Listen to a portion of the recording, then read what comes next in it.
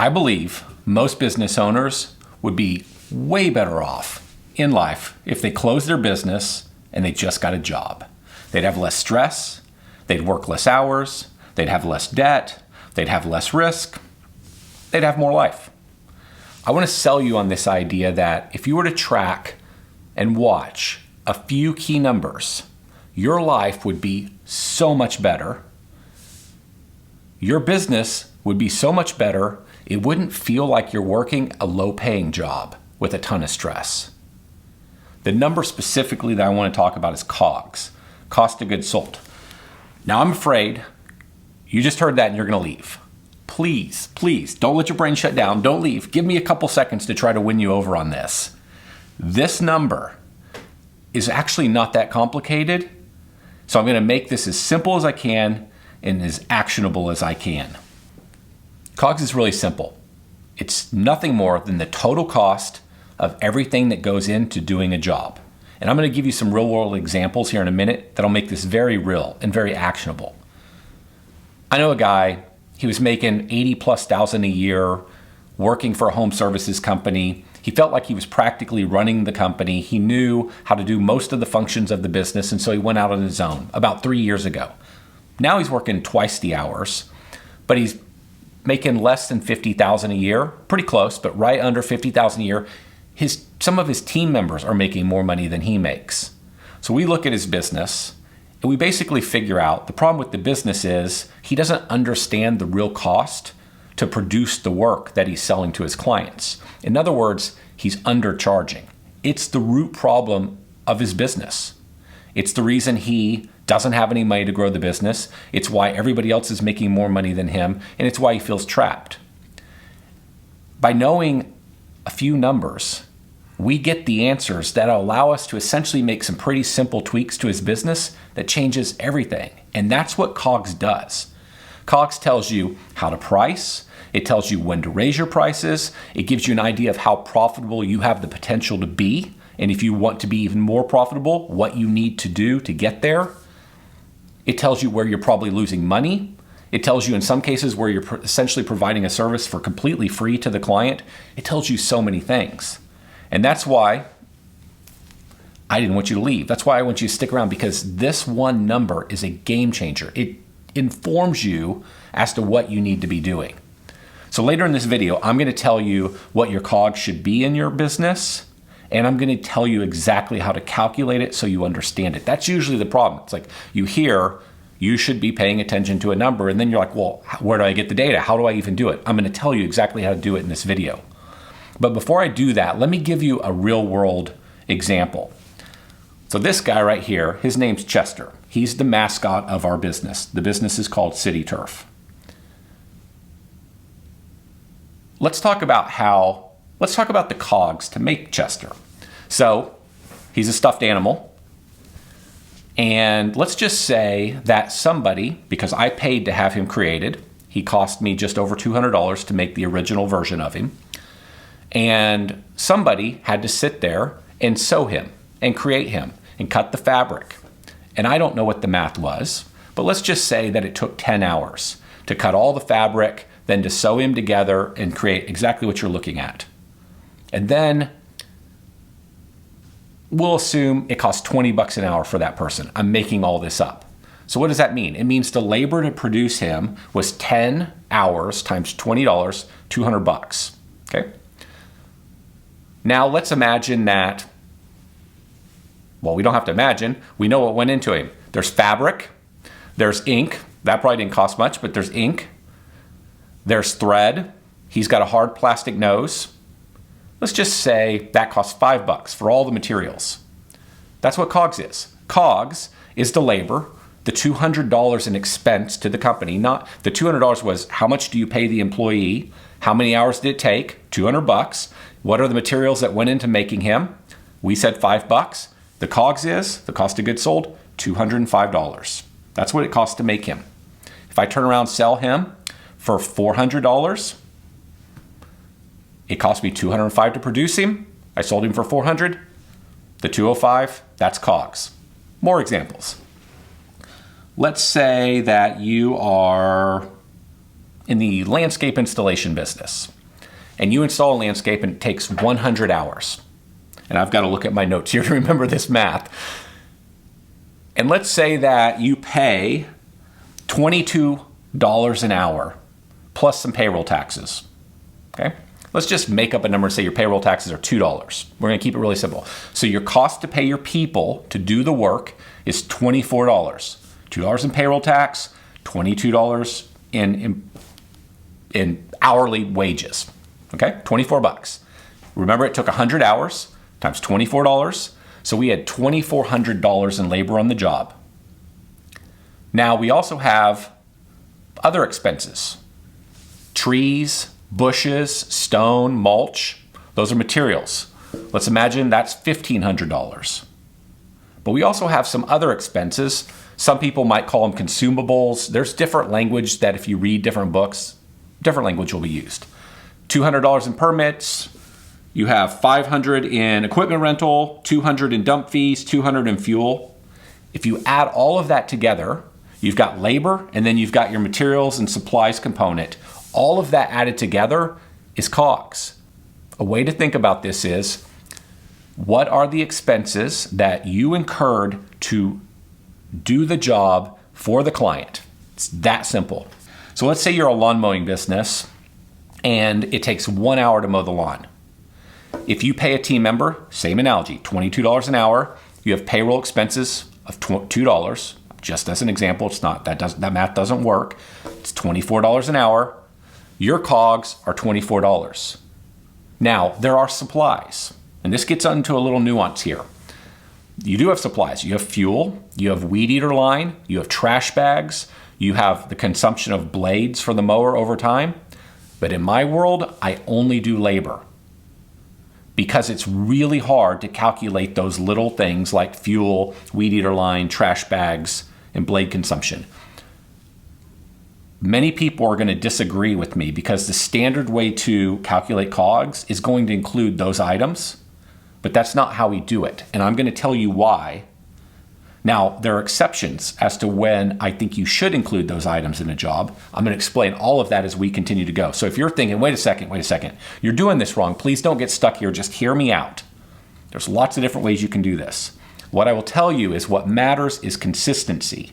You always want to calculate your COGS the exact same way. And remember, I'm going to tell you how to use COGS, how to calculate. I'm going to give you all this as we progress. I just need to set this up. One more example. Let's say you're a fertilization weed control or a pest control company. Same analogy. Your labor cost works out to 24 bucks an hour. But in this case, you have chemicals. And let's just say the chemicals are 7 bucks. 24 plus 7, 31. So your COGS are $31. The cost to produce the work. So you've probably got a bunch of questions here. Hopefully the examples are real. Hopefully they feel real to you. I'm going to answer a few questions I think you're imagining before I tell you what your COGS should be. So I'm guessing you're thinking, well, okay, what do I include or not include in COGS? Because just a second ago, I gave you an example where I don't include some things in COGS that many would. So let me tell you how I think about this.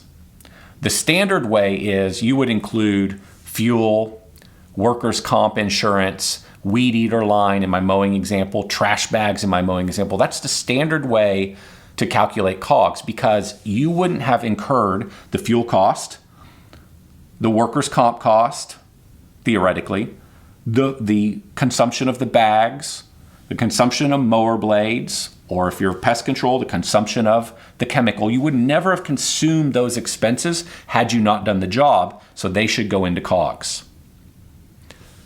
That's the normal way to do it. And generally that, I think, is the right way to do it. But I'm going to explain what I believe to be a few exceptions in the way we've done it at our company. Also, there's a concept, a book called Profit First. It's wildly popular. I think it's great. I will tell you and the reason I'm mentioning it is because it's so popular in home services. They do this completely different. It's been years, but if I remember, the way Mike teaches it, the author of the book, is they only put, I think it's subs and materials into COGS. So I'm getting a little in the weeds here, but if you follow this system, I want to be clear. I believe it's just materials and subs. what they would call pass-through expenses, they go into COGS, and everything else, such as your employees, in my mowing example, the trash bags, in my pest control example, the chemicals, those items go into an operating expenses bucket. I think it is a very simple way to run the numbers of your business. I think it's perfectly fine.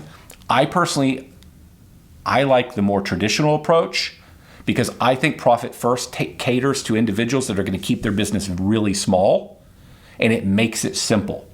In my world, I prefer to build businesses that get bigger, and so I prefer the traditional approach. I just want to be really clear about that if you have read the Profit First book and if you like that model, because there are lots of ways to do this. So what might be something that's included in COGS? Well, I think it depends on the type of work you do. Definitely payroll tax, definitely labor to produce the work, definitely materials, and definitely large consumable items, permits, equipment rental, dump fees, things like that. To me, those are the for sure items that go into COGS. What might not be included?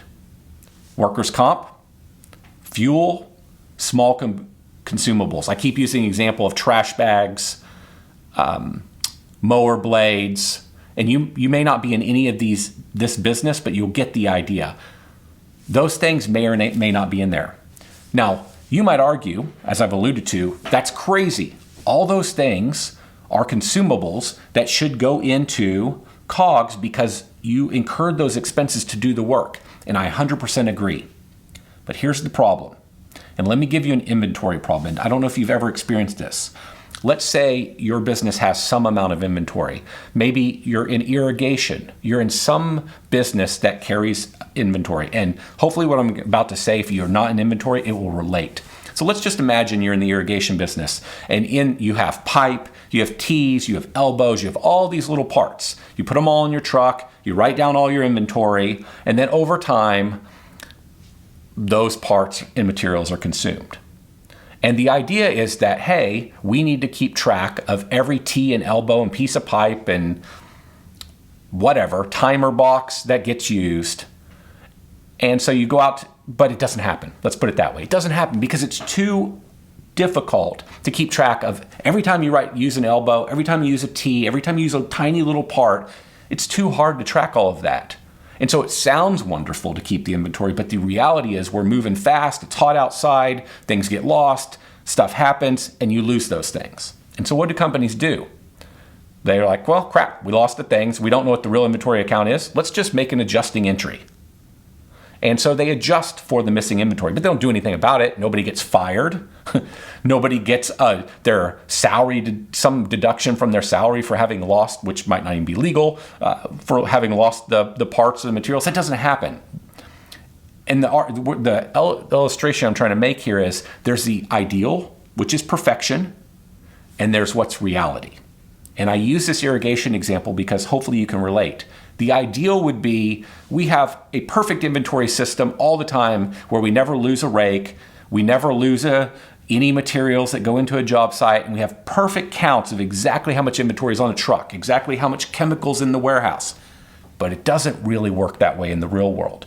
Why? Because it's too unbelievably difficult to track all that stuff. You definitely track the big stuff, but a lot of those little tiny things, it's just cheaper in the long run to just let some of that stuff not get tracked. And sure, maybe you're losing a tiny amount of money, but the cost to track it and keep up with it, it outweighs the benefit of actually tracking it. And this is my argument on some service types when it comes to COGS. It's really difficult to take a fuel expense and say, okay, of the fuel expense, 60% goes to mowing, and 30% goes to bush trimming, and 10% goes to bed maintenance. It's too complicated. And that's why I argue that certain things for certain types of jobs shouldn't even go into COGS. It really depends on your business. It depends on the type of work you sell. As an example, if you're doing large projects, I think everything should go in there. You should track all the smaller stuff. That makes all the sense in the world to me. That's not the type of business we run. So you have to think about the type of business you're running. If I'm doing $80,000 a year landscape jobs, I want everything allocated to that job. We will put more work into allocating everything to that job. That makes sense. If I'm mowing a bunch of $40 lawns, do I really need to track every tiny little thing? That's the gist of my argument. I would simply say, keep it simple and be incredibly consistent in how you calculate your COGS. So what should your COGS be? What's a benchmark? What's a safe number? Well, it depends on the service you offer and it depends on the market. What will the market support? I can't tell you the exact number by service, but I can tell you how we think about it. In our business, our COGS run low 30s to mid 40s. I can support a higher COGS when I have, and this gets into the weeds and I'm not going to go all the way down this road, when I have a low asset cost. So as an example, I can support a higher COGS when my truck cost, my truck expense, my equipment expense, all of those expenses are lower. I can support a higher COGS when I have incredible efficiency. So there are ways that your COGS number can push up, and we don't particularly like it to be over the mid 40s, but you can have that number continue to push up and you can still have a really profitable service offering. Ideally, we want to see COGS as low in the 30s as possible. That leaves us with the highest potential profit margins. Clearly, if you can get into the 20s, great, but I rarely see COGS in the 20s for home services businesses. Sometimes you'll see it in pest control, but I don't see tons of it. So there are certain service offerings where you can absolutely get it to the 20s, no doubt about it. But for most of the services that we provide, I gave you my range. Now, the beauty of knowing COGS, and I might mention this again later, is if you understand your COGS, you can then compare one service offering to the next. You can hire a consultant and they can tell you how you're stacking up against other companies in other markets or in your market that offer the exact same services, and you can figure out, are we doing this right or are we wrong? Are there things we can improve upon? At our company, we're optimizing to offer more and more services where we can achieve COGS in the mid to lower 30s. I know if I can do that, I can run a really profitable business. But if I've got COGS in the 50s, it's really hard to run a good business, especially if I'm running big equipment and big trucks and there's lots of inefficiencies. It becomes really difficult. So the business becomes more profitable the lower your COGS. Now, there will be certain services, I'll use the example of lawn mowing, where COGS are going to naturally be higher. What's a couple reasons for that? Well, the biggest reason is there's so much competition. The market understands what other companies are pricing, and it makes it very difficult to be a high price provider in the market because it's so easy for the homeowner to go find somebody else that will do that particular service for less. Oftentimes you'll find that your lower COGS services tend to require licensing. They tend to require permits. They tend to require more training to do the job. There might be more complexity. Think about HVAC, think about plumbing. They're harder. There's fewer people doing those services because it's harder to get into as compared to, say, something like mowing a lawn or cleaning a house. So you tend to notice that when there's more barriers, a service tends to be more profitable, which generally means COGS is lower. When there's fewer barriers and it's really easy to get into, you would often call this a low barrier of entry business, lawn mowing, house cleaning, things of that sort, you'll often know profits are lower. Why are they lower? Because COGS are higher. So how would you calculate COGS? There's a number of steps here. I'm gonna make it as simple as I can. Number one, you must track your revenue by service. Hopefully you're using an accounting system like QuickBooks. Most likely, and boy, I hope you're doing this, you're using a software system that handles your scheduling and your billing. If you're using a software system, almost all of the decent scheduling and billing software systems are going to categorize, if you set it up properly, all the revenue of your business into your service buckets. Mowing versus bush trimming, versus fertilization weed control versus pest control, gutters versus windows, HVAC versus electrical. Basically, you have a category of services, and then you have the revenue you made for each of those services. That's top level number one. If you're not doing that, that has to get fixed. Next, you have to categorize your materials and supplies. So as you're buying items, you're getting gas, you are buying plant material, you're buying equipment, it has to get categorized into your books correctly, either into COGS or into expenses. All right? So as an example, if you're in landscape, plant material, that's COGS. If you're in the pool world, the pool pump, COGS. If you're in irrigation, the supplies to install or fix an irrigation system, COGS. That's where you categorize those expenses. If you're buying fuel, it's up to you. You can either allocate fuel to COGS or you can just put it in expenses. In our case, we just put in expenses because, as I explained, we find fuel too difficult to allocate to all the different services. Because at the end of the day, I've got to know what expense matches with what service offering. It's just too much trouble in our mind to allocate fuel, part of the fuel expense to lawn mowing, part of it to pest control, part of it to fertilization weed control, part of it to arbor. It's just like, it's more trouble than it's worth. You can do it because you can track your fuel expenses if you're using credit cards back to crews or techs. You can totally do it. We just don't mess with it. So this is a choice that you can make. Buying a mower, buying a truck, those are expenses. They don't go in COGS. Okay? So that's the next item. First, we're tracking our revenue by service. Now we're tracking our expenses, and as we make purchases and log them into QuickBooks, they're either going to COGS, or they're going to as materials and supplies, or they're going to our expense bucket. And if you think about a P&L, you got revenue, COGS, expenses. That's why, as I'm kind of pointing this out, I'm pointing in different areas. All right, now what do you do after that? Okay, so we've got our revenue and our expenses allocated in our books. Now, we are hopefully you're using payroll. You could be paying your contractors as subs, a contractor, or you could be paying people as employees on payroll.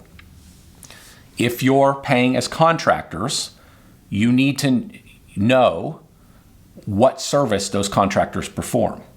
So if you have a contractor that's mowing a lawn, a contractor that's cleaning a pool, you need to know by contractor what service they provide, because in the end, we have to match the expenses and the revenue by service. Okay? So if you're logging this in your accounting system, you want to know where these people fall. A lot of companies do payroll, which is what you should be doing. And if you're doing payroll, it's highly probable that you get a payroll export or a payroll report and it gets logged into your accounting system, and there's no allocation between employees. So this employee goes to mowing, this employee goes to pest control. There's generally no allocation. You might have an allocation, and this is like critically important, of these people go to overhead, sales, owner, expense, office team, because they do not go to COGS. And then the people out in the field doing the work, providing services, those people, that payroll allocation has to go to the job. So I know I'm getting the weeds, and I know there's a high probability I'm losing you, but if you're one of the people that sticks around and implements this, you win. It's really that simple. Winners do all the stuff I'm talking about. So let me try to say that one more time for absolute clarity. You're getting payroll from your payroll system. It's coming into your QuickBooks account. You need to know two things. Which employees perform the work, so that those employees can be allocated to to COGS, and which employees are overhead, so that they can be allocated to expenses. Okay? Because you don't want to accidentally put sales or the office team into your payroll expense for people in the field. It'll make it look like it'll throw off all your numbers. Okay? Having been in the software business for a long time, I've noticed that oftentimes when a payroll system exports the payroll data to QuickBooks, it doesn't break down each employee by division, meaning mowing versus pest control versus window cleaning. As a result, when you go back to calculate your data at a later time, what you find is you don't know how much of your payroll in COGS should be allocated to different services. So what many people have to do is they have to download a payroll report from their payroll system, and they'll have a list of names, and it will say Mary made $42,000, Bob made $51,000, and they have to go down that list and say Bob is a mowing guy, Tom, he's a pest guy, and they have to sum up the payroll expense by service offering. And when you do that, based on all the numbers that we've just talked about, you have your revenue by service, and now, because the way you categorize it, you have your COGS, expenses, materials and supplies by service, and then you can pull from the little summary that I just described your labor expense by service. If you pay some contractors outside of the payroll system, you need to sum them up by service. You add up all those numbers, you've now got your COGS for the service. And then we basically divide COGS by the revenue you earn for the service. But I'll explain that a little more clearly. So what I just described is a little bit of work. There's no doubt about it. And I'd recommend you do this a couple times a year. And maybe your software tracks it. Most software, frankly, doesn't track COGS properly or good enough to be able to do it inside your software. And then for the software packages that often do track COGS, the companies are not putting in all the right inputs and tracking all the right things, so the software can't even track COGS anyway. Oftentimes, software is capable of doing something, but a company doesn't comply. That's what I've learned over the years, and therefore, the example I just gave of how you have to calculate COGS manually is the way you might have to do it. But even if you have to do that, it's so unbelievably valuable that it's worth the effort. And if you listen to all this and you say, well, this is just too much, or I kind of lost you there, well, one, I'd suggest you rewind. Then what I'd encourage you to do is hire a consultant. There are a lot of consultants in different industries that will help you calculate this number. It's not difficult. And you only need to do it a few times a year. And if you do it a few times a year, you will now have the data you need to make decisions. Remember how I said at our company, we don't necessarily track every little detail, every little expense? That's because in my world, as we've gotten bigger, we want to know COGS frequently, like all the time. Because if we know this number and we're tracking it, then we can see when things are out of whack. And as a result, we've created an internal system where all of this data is tracked in spreadsheets. And so we're constantly updating these spreadsheets so that we have rolling numbers all the time. I know by service COGS, I know at a team level COGS, I know at a division level COGS, I know at a company level COGS. This is more sophisticated, and it's only something you can do or will probably do as your business grows. Back to why we don't track all the little things. Because we're constantly updating our spreadsheets, it's too much trouble to go capture every little expense and try to put it into the spreadsheet. It's more important that we have really good data all the time. But that's not the world most people live in. And so I just described to you the manual way that the way we used to do it, the way many companies do it to calculate their COGS. And if that's all you do, you will be ahead of 98% of companies in home services because most people won't do this. But what I will tell you is the majority of all the well-run, highly profitable businesses do. So you just simply have to decide which group do you want to be in. I'd like to remind you, consistency is the key. If you're consistent, that means your COGS is always calculated the same way. There's lots of things I can do with this number. And I'm going to talk about this in another video. But when COGS goes up, that generally tells me I either need to raise prices or I need to get more efficient. I can rarely lower the cost of my team. I can rarely pay them less. When I have COGS, I can look at two different services, lawn mowing and pest control. and I can immediately know which one I want to grow faster than the other. Little hint, 100% pest control. It's way more profitable. So I can now compare service offerings and say, where should we be investing our marketing dollars? What service, based on COGS, gross margin, which is determined based on COGS, should I be investing the most marketing dollars into? This number answers so many questions. Let's run through a real-world example using a lawn mowing service to give you the calculation for COGS to make sure we're being super clear. The lawn mowing service within your company generated $500,000 last year in my example. You paid your team members $200,000, wages, payroll taxes. You had $5,000 in material expenses, trimmer line, mower blades, etc. You had $10,000 in equipment expenses like mower maintenance, truck fuel, equipment fuel. You get the idea. And then you had $5,000 in dump fees for the grass, okay? If you add all of that up, then you had $220,000 in expenses. That was your COGS. So it cost you $220,000 to produce $500,000 in revenue. If you divide those numbers, so you basically divide out the number, you'll get 44%. So your COGS was 44%. 44% of your revenue went to producing the work.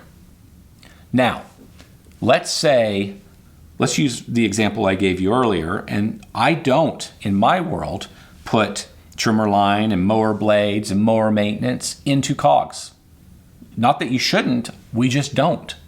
So if you were to pull those expenses out, instead of our COGS being 220, they would be 205.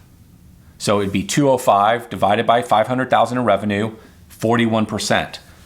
And this is a very important point. So in your world, your COGS on mowing could be 44%.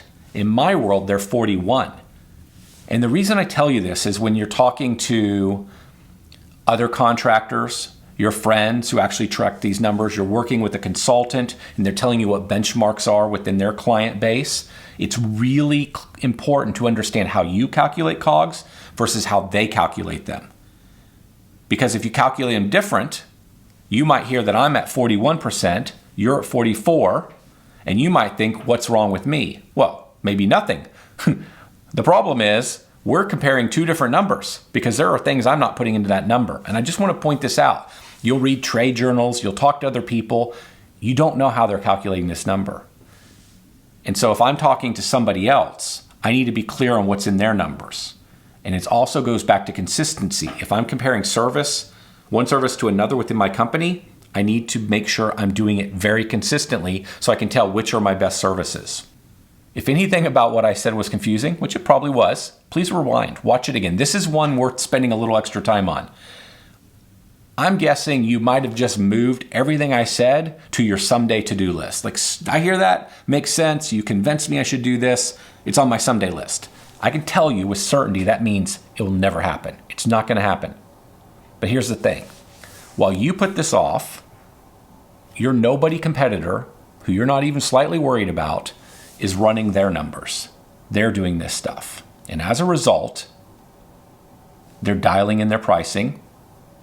They're starting to stack up profits because they're making more money. They're starting to build cash. They'll reinvest that cash in more marketing and better customer service. And in a few years, they'll win. And you won't know why.